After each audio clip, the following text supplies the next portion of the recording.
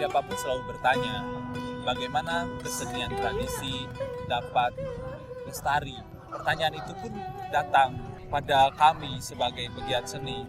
Meski sebetulnya bagi kami, zaman akan terus menciptakan seninya sendiri, tetapi pemahaman lain muncul. Kesenian tradisi dia memiliki konteks budaya. Ini yang menjadi persoalan menurut kami. Ketika kebudayaan kekinian, budaya masyarakat telah berubah, maka keseniannya pun akan berubah. Dari keresahan ini, rupanya kami dipertemukan dengan Jafar Fahroji, seorang peneliti gaok yang dia meneliti kesenian gaok. Kesenian gaok ini adalah kesenian di Majalengka. Kesenian yang sudah tua, berkisah tentang berbagai hal, dari mulai sejarah Majalengka, cara bercocok tanam, dan sebagainya. Rupanya kesenian ini mengalami krisis. Hari ini yang bisa kesenian gaok hanya tinggal satu orang. Satu orang ini bernama Abah Rukmin dan dia berumur 70 tahun. Betapa kesenian ini bagi saya urgent sekali untuk diselamatkan.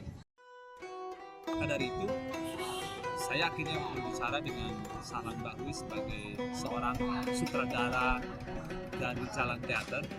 Sutradara ini, saya ngobrol tentang kesenian gaok ini, dan akhirnya kesenian gaok ini mendapatkan antusiasme dari sana. Kami berpikir, bagaimana kalau kita melakukan upaya revitalisasi gaok. Upaya revitalisasi ini kami harapkan dapat membuat gaok tidak punah. Orang-orang yang mempelajari gaok, ingin mempelajari gaok semakin tinggi. Itu saja sebetulnya bagaimana gaok ini bisa diminati. Maka kami berpikir bahwa perlu upaya penarikan seni-seni kontemporer pada kesenian gaok. Ya dari sanalah proyek ini dibuat. Dari proyek yang telah berlangsung ini, kami juga terpikirkan untuk bagaimana melakukan dokumentasi terhadap proses.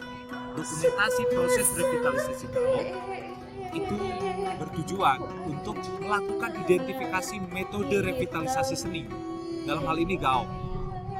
Dimulai dari bagaimana kita memahami gaok itu seperti apa, konteks budayanya seperti apa, sampai pada upaya-upaya transformasi atau upaya-upaya transformasi kesenian gaok menjadi seni-seni yang lain, atau bukan transformasi, lebih tepatnya kita melakukan interaksi dua kesenian kontemporer yang hari ini diminati oleh masyarakat kita dengan kesenian tradisi yang tentu saja sudah banyak ditinggalkan.